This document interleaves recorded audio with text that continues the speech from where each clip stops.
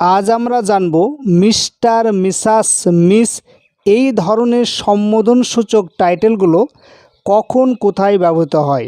সাধারণত এই সম্বোধনসূচক টাইটেলগুলো ভদ্রতা প্রকাশের ক্ষেত্রে কোনো ব্যক্তির নামের আগে আমরা ব্যবহার করে থাকি। যেমন প্রথমে রয়েছে এমআর, অর্থাৎ এমআর এর ফুল ফর্ম হচ্ছে মিস্টার। মিস্টারের পরিবর্তে আমরা এমআর ব্যবহার করে থাকি। এই মিস্টার সম্বোধনসূচক টাইটেলটি আমরা সব ধরনের পুরুষের ক্ষেত্রেই ব্যবহার করে থাকি, অর্থাৎ বিবাহিত এবং অবিবাহিত সমস্ত পুরুষের নামের আগে মিস্টার শব্দটি ব্যবহার করা হয়, যেমন মিস্টার রয়। নেক্সট নাম্বারে রয়েছে এমআরএস, এটার ফুল ফর্ম হচ্ছে মিসাস। এই মিসাস টাইটেলটি ব্যবহৃত হয় শুধুমাত্র বিবাহিত মহিলাদের নামের আগে, যেমন মিসাস অনিতা। তারপরে রয়েছে মিস, এটি একটি সম্পূর্ণ শব্দ। এই টাইটেলটি ব্যবহৃত হয় শুধুমাত্র অবিবাহিত মহিলা বা কুমারী মহিলার নামের আগে।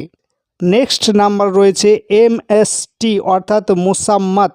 এই মোসাম্মাতের সংক্ষিপ্ত রূপ হচ্ছে এমএসটি।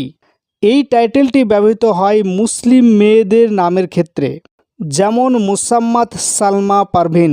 তারপর রয়েছে এমএস, এই টাইটেলটির উচ্চারণ হচ্ছে মিজ। এই টাইটেলটি ব্যবহৃত হয় সেই সমস্ত মহিলাদের নামের আগে যে সমস্ত মহিলাদের বিয়ে হয়েছে কিনা সেটা আমাদের ক্ষেত্রে অজানা, বা যে সমস্ত মহিলারা তাদের বিয়ে হয়েছে কিনা সেটা মানুষের কাছে বলতে চায় না বা লুকিয়ে রাখতে চায়, সেই সমস্ত মহিলাদের নামের আগে মিজ এই টাইটেলটি ব্যবহৃত হয়, যেমন মিজ অনিতা। লাস্ট নম্বর রয়েছে এমএক্স, এর উচ্চারণ হচ্ছে মিক্স।